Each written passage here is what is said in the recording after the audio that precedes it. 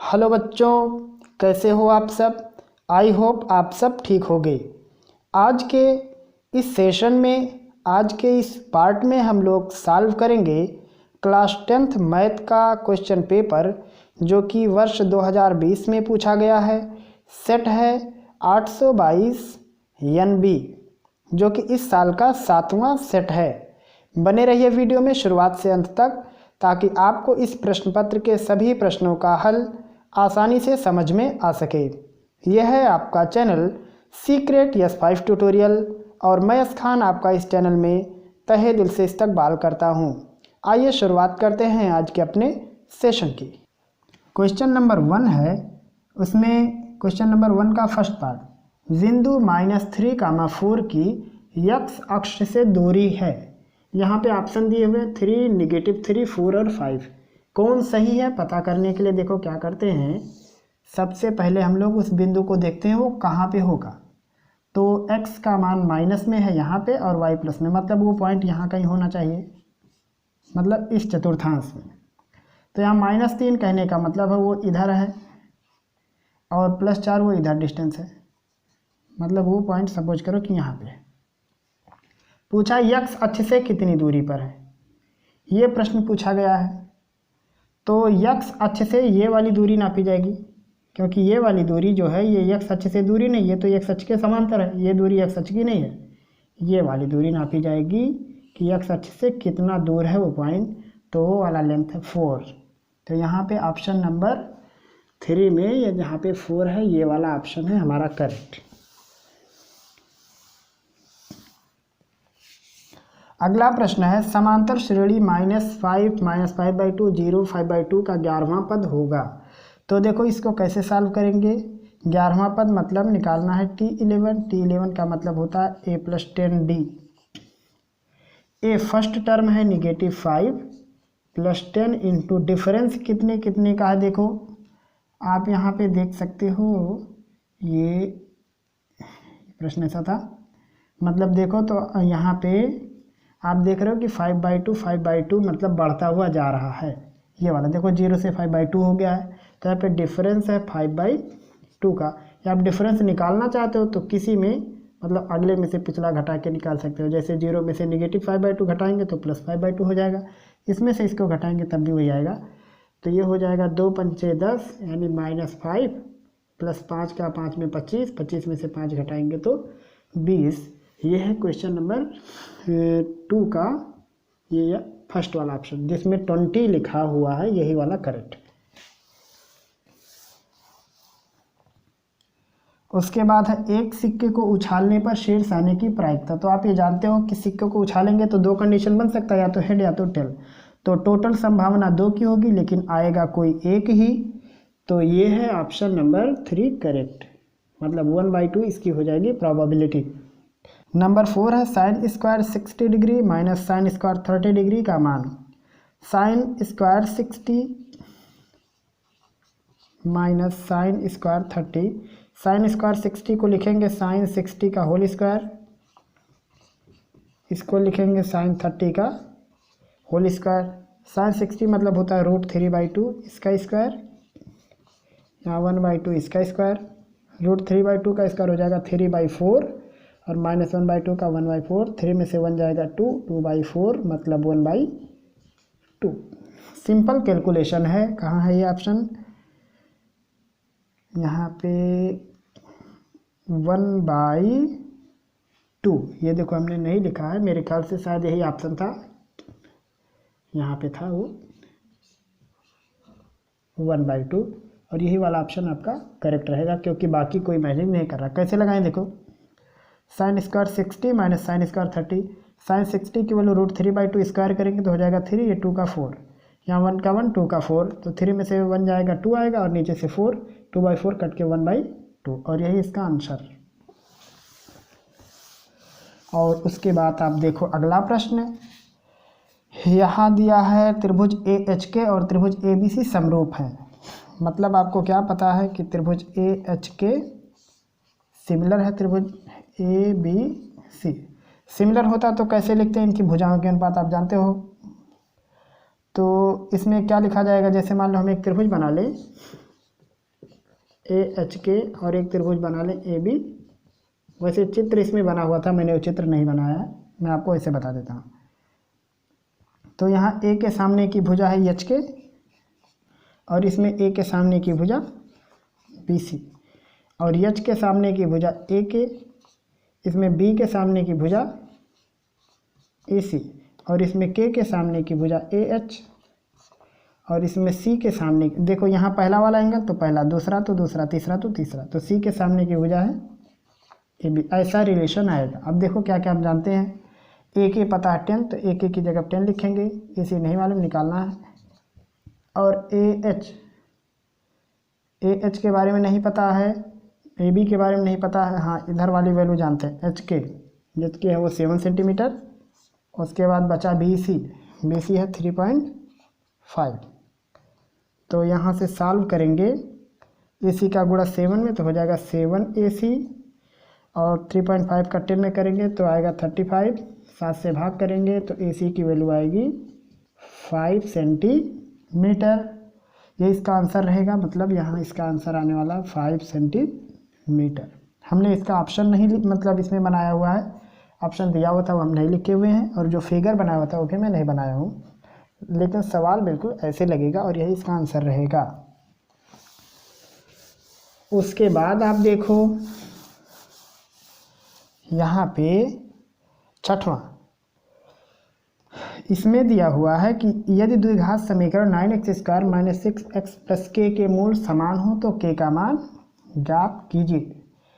तो जब मूल समान होते हैं तो ये वाला कंडीशन लगता है, b² - 4ac = 0। तो यहाँ b की वैल्यू है -6, उसका स्क्वायर -4a की वैल्यू 9 और k यहाँ पे c की वैल्यू k = 0। -6 का स्क्वायर हो जाएगा 36 और यहाँ पे 36 के बराबर हो गया 0। 36 से भाग कर देंगे तो 1 - k बराबर 0, तो k बराबर 1, मतलब k का मान कितना होगा, 1 होगा। यानी इसमें आंसर आने वाला है k की वैल्यू 1। और यही है क्वेश्चन नंबर 1 के सभी 6 खट्टों का सॉल्यूशन। क्वेश्चन नंबर 2 का पहला पार्ट, संख्याओं 1656 और 4025 का मासा यूक्लिड विभाजन प्रमेयिका द्वारा ज्ञात कीजिए। तो कैसे लगाएंगे, देखो यहाँ लगा देते हैं, कैसे निकालते हैं। उसके लिए क्या करते हैं, बड़ी संख्या को बाएं तरफ लिख देते हैं, मतलब जब इसका आप सॉल्यूशन करोगे तो कुछ इस प्रकार से क्रम लिखोगे कि जो बड़ी संख्या है वो बाएं तरफ रहेगी और छोटी संख्या दाएं तरफ रहेगी। कितनी बार जाएगा, 16 × 48 ज़्यादा हो जाएगा, 2 बार जाएगा। 16 दूनी 32, यानी 2 से इसमें गुणा करेंगे, 2 × 6 = 12, 2 × 5 = 10 से 11, 2 × 6 = 12, 1 = 13, 2 × 1 = 3, 5 में से 2 जाएगा 3, 2 में से 1 जाएगा 1 और 10 में से 3 जाएगा 7, यानी यहाँ पे बचेगा 713। अब क्या होगा, ये वाला पार्ट यहाँ लिखेंगे, 1656 और 713 यहाँ लिखेंगे, ये भी 2 बार जाएगा।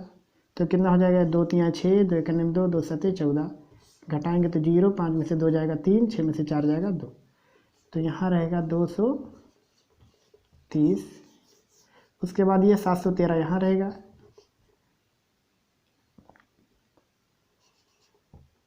और यहाँ रहेगा 230, मतलब ये जो शेषफल आता है वो इसकी जगह लेते जाता है। कितनी बार जाएगा ये, 3 बार, 3 × 3 = 9, 3 दूनी 6, यहाँ बचेगा 3, 11 में से 9 जाएगा 2, तो ये हो जाएगा कितना, 23। जो शेषफल बचेगा उसको वहाँ लिखते रहना है। यहाँ हो जाएगा 230 और यहाँ रहेगा 23। कितनी बार जाएगा, 10 बार, तो 23 × 230, मतलब कुछ नहीं बचेगा यहाँ पे शेषफल, ये शेषफल हो जाएगा 0। और जिस लाइन में शेषफल 0 हो जाता है वही होता है उसका मासा। तो यहाँ पे लिखेंगे मासा या HCF बराबर 23। अंतिम लाइन का जो भाजक होता है उसी को कहते हैं मासा। आप चेक भी कर सकते हो क्योंकि इसी से सारी गिनती कटेगी। देखो 23 सेकंड में 23 बचेगा 17 2 बचेगा, और ये कितनी मरतबा जाएगा, 7 मरतबा, 7 या 21, 7 दूनी 14, 2 16, बचेगा 1, 7 में से 6 जाएगा 1, यहाँ बचेगा 5, 5 बार जाएगा, 5 या 15, 5 दूनी 10 11, देखो कट गया। आप इसमें भी भाग करके चेक कर सकते हो। यहाँ से कितनी मरतबा जाएगा ये,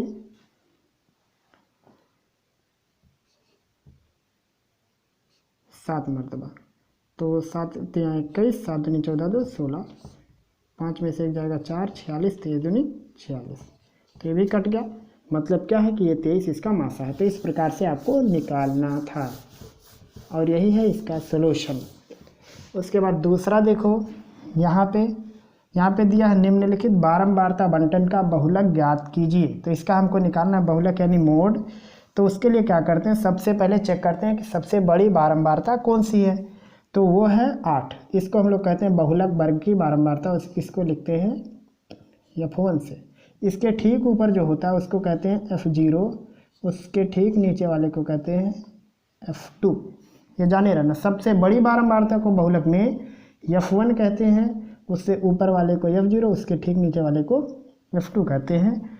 और F1 वाले में जो वर्ग अंतराल होता है उसकी जो छोटी वाली संख्या होती है इसको कहते हैं स्मॉल l या निम्न सीमा। तो आप यहाँ पे चाहो तो पूरा लिख सकते हो कि बहुलक वर्ग की बारंबारता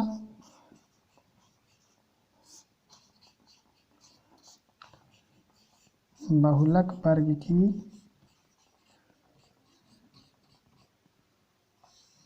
बारंबारता, इसको लिखते हैं F1 से, वो है 8। और फिर यहाँ लिखेंगे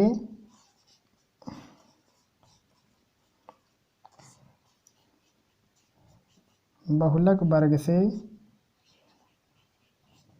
ऊपर की वर्ग अंतराल की बारंबारता,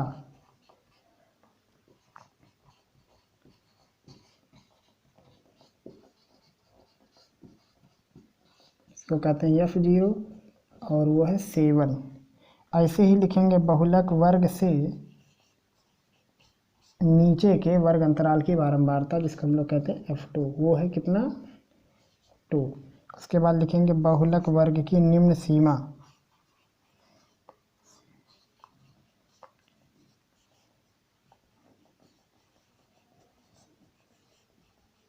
लोअर लिमिट इसको कहते हैं L, और वो L है 3। तो यहाँ पे हम लोग लिखेंगे बहुलक, पहले से इसका सूत्र लिख देते हैं, यहीं पर लिख देता हूँ। बहुलक यानी मोड, बहुलक बराबर होता है L plus F1 minus F0 बटे 2F1 minus F0 minus F2 into H। H कहने का मतलब होता है बहुलक वर्ग का वर्ग अंतराल, मतलब गैप कितने का है, और वो है 2। मतलब यहाँ पे H की वैल्यू है 2। सब कुछ रख के सॉल्व कर सो। तो यहाँ पे L की वैल्यू कितना लिखेंगे, 3 प्लस F1 की वैल्यू 8, F0 की वैल्यू 7, 2 गुणे F1 की वैल्यू 8, F0 की वैल्यू 7, F2 की वैल्यू 2, और H की वैल्यू यहाँ मतलब गैप कितने का है, वो है 2 का, बराबर हो जाएगा 3 धन 8 में से 1 जाए 7 जाएगा 1, 2 टे 16, 7 2 9 गुणे 2 हो जाएगा यहाँ पे 3 धन 1 बटे 16 में से 9 जाएगा 7 गुणे 2, ये हो जाएगा 3 धन 2 बटे 7। इसको आप लिख सकते हो 3 सही 2 बटे 7, चाहे आप ये लिखो, चाहे 7 या 21 2 23 बटे 7 लिखो, और चाहे भाग करके लिख दो, जो भी वैल्यू आएगी दशमलव में आप उसको आंसर लिखो, चाहे इसको लिखो चाहे इसको लिखो, चाहे जो आएगा भाग करने पर दशमलव में उसके लिखो, और ये सब आपके आंसर रहेंगे। तो ये है क्वेश्चन नंबर 2 के पहले प्रश्न और दूसरे प्रश्न का सलूशन। आप इसको उतार लीजिए। क्वेश्चन नंबर 2 का तीसरा पार्ट, निम्न का मान ज्ञात कीजिए। tan 30 degree cosec 60 degree plus tan 60 degree sec 30 degree. इसका सलूशन देखो, सलूशन दूसरे का तीसरा। tan 30 degree cosec 60 degree plus tan 60 degree sec 30 degree, सब की वैल्यू रख दो। tan 30 की 1/√3, cosec 60 की वैल्यू 2/√3, tan 60 की वैल्यू √3 और उसके बाद sec 30 की वैल्यू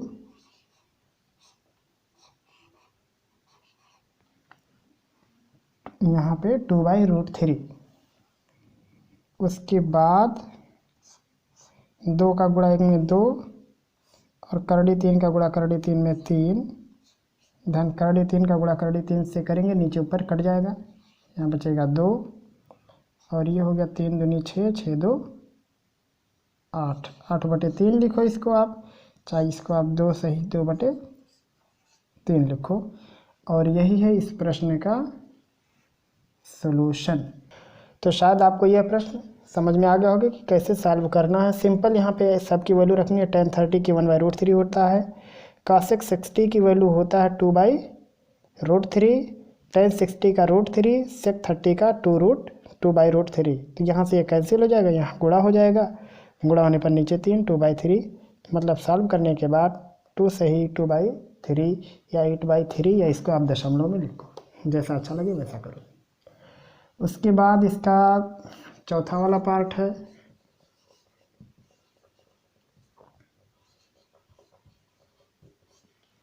इस वाले पार्ट में दिया हुआ है कि दो त्रिभुज समरूप है, त्रिभुज ABC सिमिलर है ट्रायंगल PQR, तो इनके एरिया का अनुपात निकालना। तो आप जानते हो कि एरिया का जो अनुपात होता है त्रिभुज के, वो इसकी संगत भुजाओं के वर्गों के अनुपात के बराबर होता है। मतलब AB/PQ का वर्ग ऐसे बराबर करके BC/QR का वर्ग ऐसे बराबर करके AC/PR का वर्ग, इन सब के बराबर होता है। तो आप इसमें देखो AB की वैल्यू है 1.4 और PQ की वैल्यू है 1.6, इसका वर्ग तो हो जाएगा 14/16 का वर्ग, काटने पर हो जाएगा 7/8 का वर्ग बराबर 49/64। तो हम लोग कहेंगे कि इन दोनों त्रिभुज के क्षेत्रफलों में अनुपात है 49/64 का। और यही है इस प्रश्न का सॉल्यूशन। क्वेश्चन नंबर 3 का पहला है, सिद्ध कीजिए कि √3 अपरिमेय संख्या है। तो इस प्रकार के प्रश्नों को हम लोग विरोधाभास विधि से प्रूफ करते हैं। और ये पूरा प्रश्न और इस प्रकार के अनेकों प्रश्न मैंने सॉल्व किया है, हर एक सेट में आपको मिल जाएगा। और नहीं तो आप वास्तविक संख्या का प्लेलिस्ट देखिए, उसमें ऐसे सवालों का भरमार है और मैंने पूरे किताब का सॉल्यूशन कर दिया है। अगर आपको कहीं भी किसी भी टॉपिक से रिलेटेड कोई कन्फ्यूजन है तो आप कंप्लीट वीडियो देखिए, आपका सारा कन्फ्यूजन समाप्त हो जाएगा। अब हम लोग बढ़ते हैं अगले प्रश्न की ओर। क्वेश्चन नंबर 3 का सेकंड पार्ट, एक रेखा y अक्ष तथा x अक्ष को क्रमशः बिंदुओं P तथा Q पर प्रतिच्छेदित करती है। यदि 2, -5 PQ का मध्य बिंदु हो तो P तथा Q का निर्देशांक ज्ञात कीजिए। तो देखो इसका सॉल्यूशन बहुत ही सुंदर सा प्रश्न है।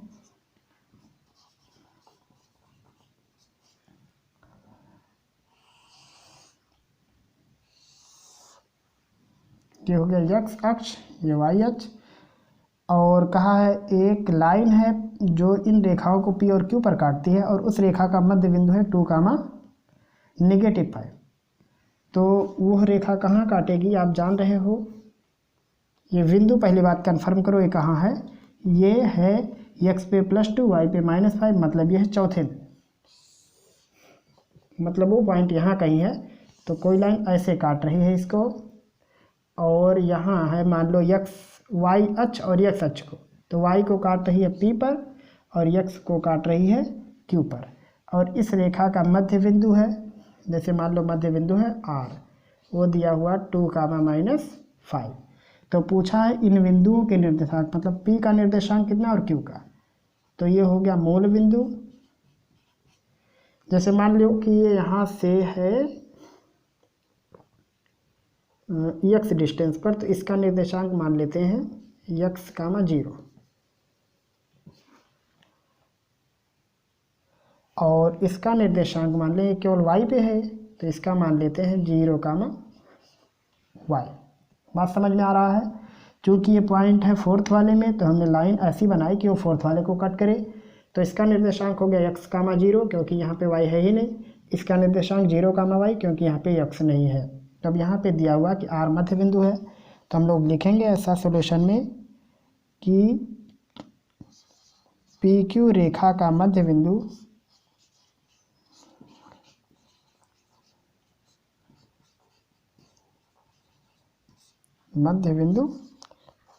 R है,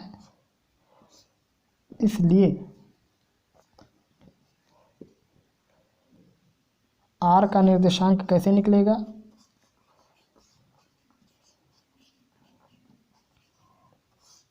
R का निर्देशांक बराबर होगा, आप जानते हो x1 + x2/2 यानी 0 + x/2 कामा y1 + y2 यानी ये वाला y और ये वाला y दोनों जोड़ के आधा करना है। और यहाँ r का निर्देशांक पहले से जानते हैं 2, -5, तो ये हो जाएगा 2, -5 इक्वल हो जाएगा x/2 कामा हो गया यहाँ पे y/2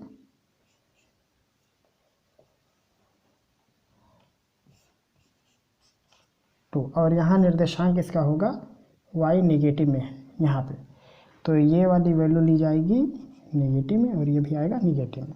अब आप कंपेयर करो, तो जब आप कंपेयर करोगे, दोनों का तुलना करोगे, तो x/2 का मान हो जाएगा 2 के बराबर।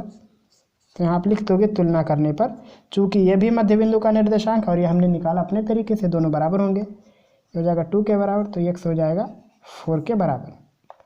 और ऐसे ही -y/2 बराबर हो जाएगा -5, तो -y बराबर हो जाएगा -10, तो y बराबर हो जाएगा 10।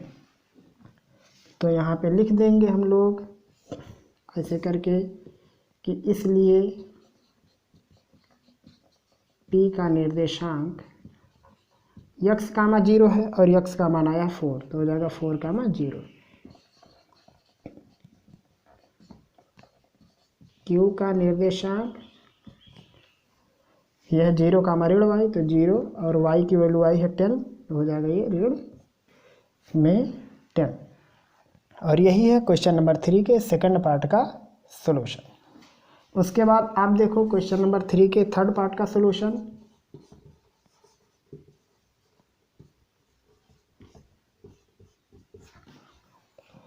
यह है एक थैले में एक लाल गेंद, एक नीली गेंद और एक पीली गेंद है, तो कुल कितने गेंद हो गए,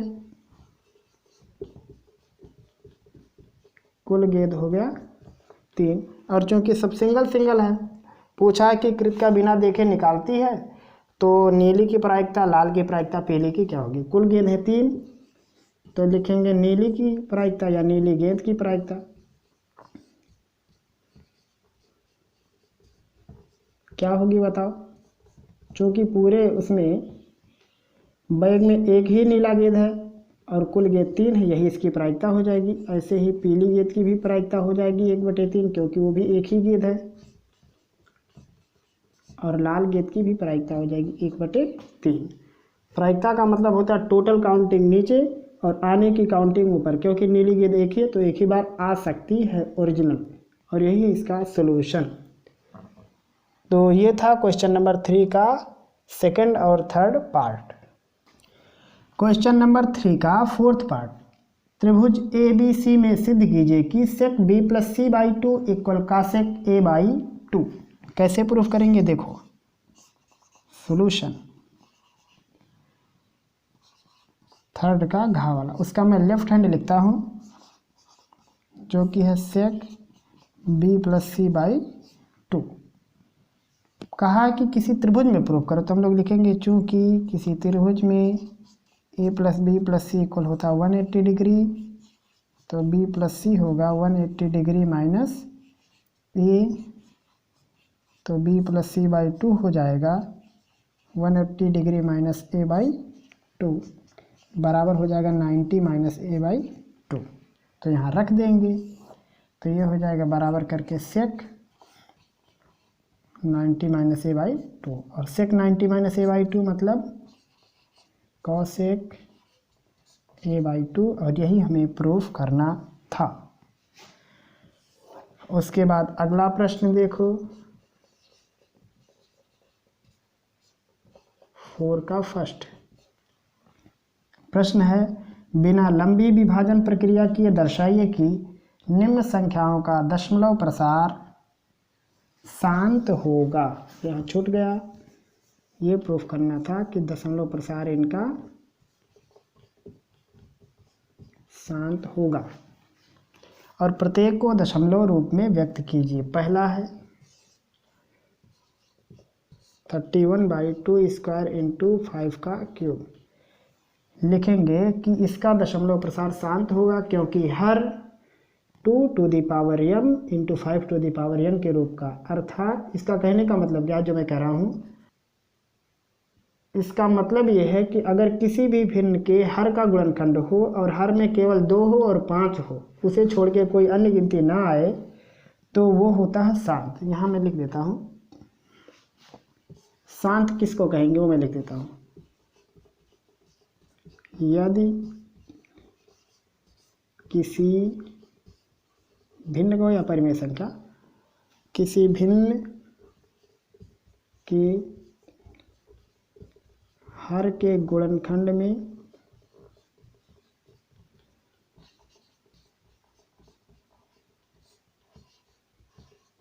केवल 2 और 5 हो तो वह शांत दशमलव भिन्न होगा। ये रीजन है उसका। इसका मतलब देखो इसमें फैक्टर करने पे केवल 2 और 5 है, मतलब यहाँ पे 2 बार 2 है और 3 बार 5 है, तो ये हो जाएगा शांत में। पूछा इसको दशमलव में कन्वर्ट भी करो तो जितनी बार 2 रहे उतनी बार 5 होना चाहिए, जितनी बार 5 उतनी बार 2 होना चाहिए। तो यहाँ 5 की मैक्सिमम काउंटिंग 3 है तो 2 को भी 3 बार होना चाहिए, जबकि 2 बार है तो 1 2 से कर देंगे ऊपर नीचे गुणा, तो हो जाएगा ये 31 दूनी 62 और ये हो गया 2 का क्यूब गुणे 5 का क्यूब, मतलब हो गया 62/10 का क्यूब बराबर 62/1000 बराबर हो जाएगा 0.062। जब आप इसमें इससे भाग करोगे तो यही आएगा। दूसरा है 33/50, ये भी शांत है। रीजन क्या होगा इसका, 33/50 का फैक्टर करेंगे तो 5 गुणे 5 गुणे 2, तो लिखेंगे ये भी शांत है क्योंकि इसके हर के गुणनखंड में केवल 5 और 2 ही हैं। तो अब इसको शांत में कैसे बदलेंगे, सारे दशमलव में, तो हो जाएगा 5 का स्क्वायर गुणे 2, तो मैक्सिमम 5 2 बार है तो 2 भी 2 बार होना चाहिए, तो हो जाएगा 33/5 का स्क्वायर गुणे 2 का स्क्वायर, तो 1 2 हमने लगा दिया है। 33 दूनी 66 हो जाएगा 10 का स्क्वायर बराबर 66/100 बराबर 0.66। ये है इसका सोल्यूशन। अगर इसमें ज़रा सा भी कन्फ्यूजन होगा तो आप वास्तविक संख्या वाला भाग जरूर देखिएगा, प्लेलिस्ट के अंदर कंप्लीट है, आपको A to Z बात समझ में आ जाएगी अगर ज़रा सा भी कहीं कन्फ्यूजन होगा तो।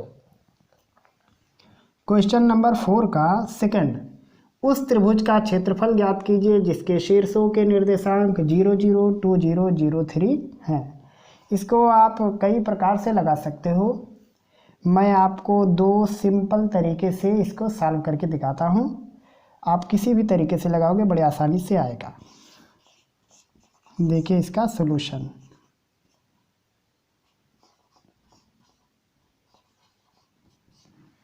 पहले तो इसके हम लोग शीर्षों को बनाते हैं। एक ये तरीका है, इसमें है 1 0 0 मतलब एक मूल बिंदु पर है, एक है 2 0 मान लो यहाँ कहीं, और एक है 0 3 x पर 0 y पर 3 दूरी जानी है मान लो यहाँ कहीं। तो इससे बनने वाले त्रिभुज का क्षेत्रफल याद कीजिए। तो त्रिभुज कुछ ऐसा बनेगा। आप देख रहे हो कि ये एक है 90 डिग्री का ट्रायंगल, समकोण त्रिभुज है। तो समकोण त्रिभुज का क्षेत्रफल क्या होता है, 1/2 गुणे आधार गुणे ऊंचाई। सिंपल, काम खत्म। तो यहाँ पे लिखेंगे एरिया ऑफ, मान लो ट्रायंगल है OAB, तो ट्रायंगल OAB क्या हो जाएगा, 1/2 आधार गुणे ऊंचाई, तो हो जाएगा 1/2। ये पूरी लेंथ कितनी है, यहाँ से वहाँ तक 2 है, और यहाँ से यहाँ तक कितनी है, 3। 2 से 2 कट जाएगा, बराबर आएगा 3 वर्ग इकाई। एक तो तरीका ये हो गया। दूसरा तरीका है, ये पहला वाला तरीका है, आप चाहे ऐसे लगाओ चाहे दूसरे तरीके से लगा लो, वो भी सिखा देता हूँ। वो कोऑर्डिनेट ज्योमेट्री का मतलब यूज करके फार्मूला, वो वाला। तो उसके लिए आप लिखोगे पहले x1 की वैल्यू 0 है, y1 की वैल्यू 0, x2 की वैल्यू 2, y2 की वैल्यू 0, x3 की वैल्यू 0, y3 की वैल्यू 3। आप फार्मूला लगाओगे एरिया का, जिसको हम लोग डेल्टा से लिखते हैं, या एरिया लिख देते हैं यहाँ पे। एरिया ऑफ ट्रायंगल, मान लो AOR है, कोई ट्रायंगल है, AOR AOB कुछ भी, ABCD कुछ भी। तो फार्मूला होता है 1/2 x1 y2 minus y3 plus x2 y3 minus y1 plus x3 y1 minus y2 बराबर हो जाएगा 1/2। x1 को 0 लिख देंगे तो ये पूरा खत्म हो जाएगा, इसका काम खत्म। x2 की वैल्यू कैसे लिखेंगे, तो x2 का मान है 2, y3 का मान 3, y1 का मान 0, फिर प्लस x3 आएगा, वो 0 लिखेंगे तो फिर से पूरा हो जाएगा 0, हो जाएगा 1/2। 2 तियाँ 6, और 6 को 2 से भाग करेंगे तो आएगा 3, तो हो जाएगा ये 3 वर्ग इकाई। और यही है क्वेश्चन नंबर 4 के सेकंड पार्ट का सॉल्यूशन। अगला वाला लगा देते हैं यहीं पर, सॉल्यूशन नंबर 4 का फोर्थ पार्ट, फोर्थ नहीं सॉरी थर्ड पार्ट है ये। इसमें का पी के किन मानों के लिए निम्न समीकरणों के युग्म का अद्वितीय हल होगा। तो पहले समीकरण को यहाँ लिख लेते हैं, 4x plus py plus 8 equal 0, 2x plus 2y plus 2 equal 0। तो पहले इसमें a1 b1 c1 लिख लेते हैं।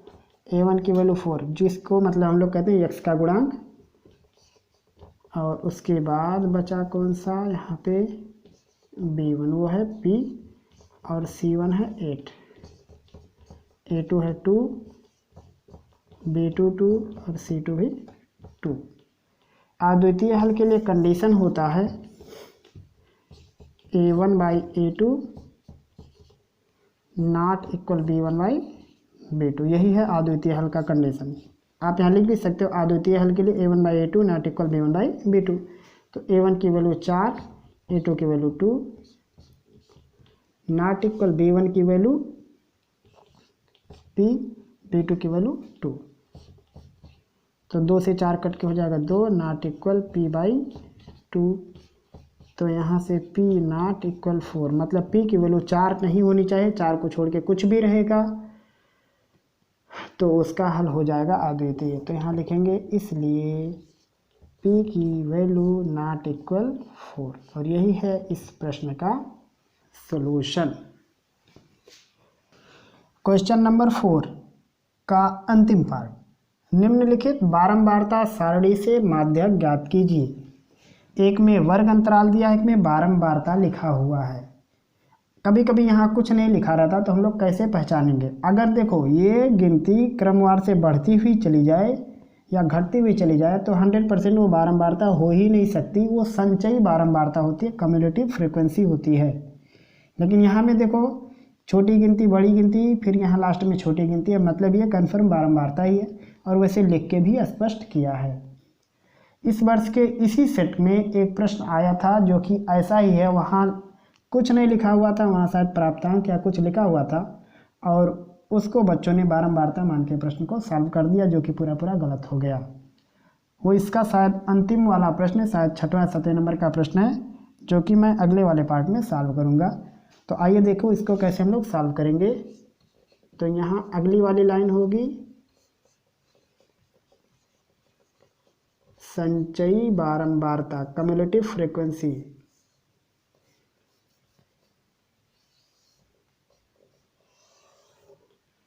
वो कैसे बनाते हैं देखो, सबसे ऊपर वाली गिनती यहाँ पे लिख लेते हैं। 3 को 10 में जोड़ेंगे 13 हो जाएगा, 13 को 20 में जोड़ेंगे तो हो जाएगा 33, 33 को 13 में जोड़ेंगे तो हो जाएगा 46, और 46 को 4 में जोड़ देंगे तो हो जाएगा 50। और जो सबसे लास्ट में आता है इसको हम लोग कहते हैं यन। तो यहाँ यन की वैल्यू हो गई 50, या कह सकते हैं बारंबारताओं का योगफल कितना हो गया 50। तो जब ये यन निकल जाए तो उसके बाद हम लोग निकालते हैं n/2। तो n/2 की वैल्यू कितनी हो जाएगी, इसमें 50 का आधा करना पड़ेगा, मतलब 25। अब वो 25 किस में होगा, इसमें तो नहीं होगा, 25 इसी में होगा। तो जिसमें होता है वो, उसको हम लोग कहते हैं CF, संचयी बारंबारता वही हमारी होती है। मतलब इतनी संचयी बारंबारता, उसमें हमको केवल वही लिखना रहता है जिसमें n/2 होता है। तो इसको हम लोग कहते हैं CF, वो है 33।